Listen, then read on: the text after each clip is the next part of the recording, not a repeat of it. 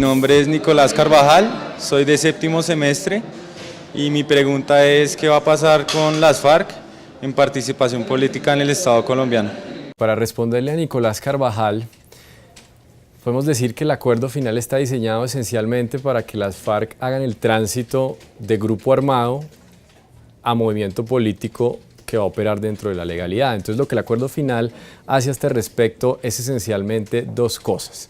En primer lugar, establece un régimen de transición, podemos llamarlo, en el que le hace algunas concesiones en términos de representación política a las FARC, de naturaleza temporal, es decir, durante los próximos 8 años, para las elecciones de 2018 y posteriormente 2022, todo con miras a que se consoliden como partido político y a partir de ese momento, ya sin ningún tipo de beneficio ni ventaja con respecto a los demás partidos políticos, compitan bajo las reglas de la democracia en igualdad de condiciones con los demás partidos políticos. Entonces, sobre lo primero, ¿cuáles son las concesiones que se le hacen a las FARC en esa primera etapa de transición mientras se consolidan como grupo político? Se les otorga una porción muy pequeña de la representación en el Congreso, que va a consistir en 5 curules en el Senado y 5 curules en la Cámara de Representantes, a las que las FARC accederán por derecho propio en caso de que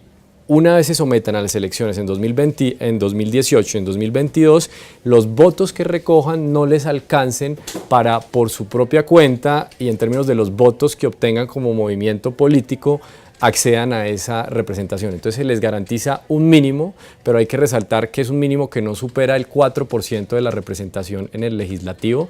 Repito, son 5 curules en el Senado y 5 curules en la Cámara, y que solo se les garantiza en la medida en que no obtengan los suficientes votos para acceder a ellas. Eso de una parte. También está contemplado en el acuerdo final que a partir del momento en que se inicia el proceso de implementación de los acuerdos en el Congreso, es decir, después de la votación del plebiscito, las FARC van a tener acceso en calidad de voceros, 3 de sus integrantes, a cada una de las 2 cámaras, donde podrán participar con voz pero sin voto en la discusión de las reformas constitucionales y los proyectos de ley que van a implementar el acuerdo final dentro del próximo año. Esas son esencialmente las concesiones que se les hacen a las FARC, repito, de manera transitoria, mientras se consolidan como partido político, porque una vez se consoliden como partido político, es decir, después de las elecciones de 2022, van a tener que competir en igualdad de condiciones con los demás partidos políticos para poder acceder a representación en los cargos de elección popular.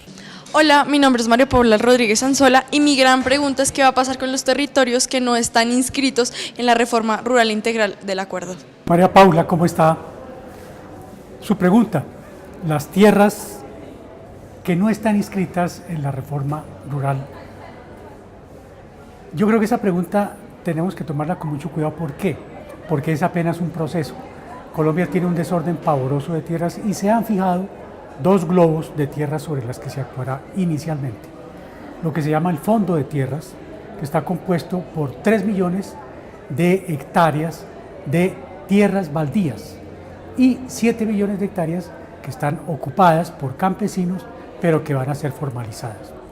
Sin embargo, allí hay todavía muchas cosas por aclarar. Por ejemplo, las tierras que han sido usurpadas, las tierras de todas las personas que han sido víctimas de desplazamiento y desterritorialización. Todo eso está por definirse, por ubicarse en dónde están las tierras. Entonces, si bien tenemos este tope inicial de los 10 millones de hectáreas, todavía queda mucho por aclarar, porque supuestamente en Colombia hay 12 millones de hectáreas en baldíos, pero no sabemos en dónde están.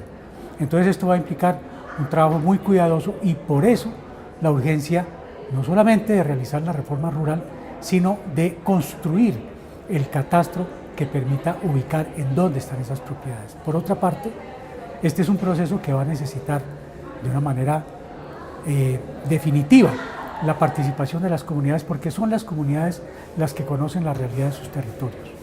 Las veredas, los municipios, son los espacios que las comunidades pues, han ocupado históricamente, a donde pretenden regresar quienes van a ser beneficiados por el retorno, pero que todavía están envueltos en procesos jurídicos muy complejos. Entonces hay que verlo con esa perspectiva, un proceso apenas, del cual hemos fijado un máximo inicialmente de 10 millones de hectáreas, pero que seguramente será superado por las demandas que se sumen a este proceso.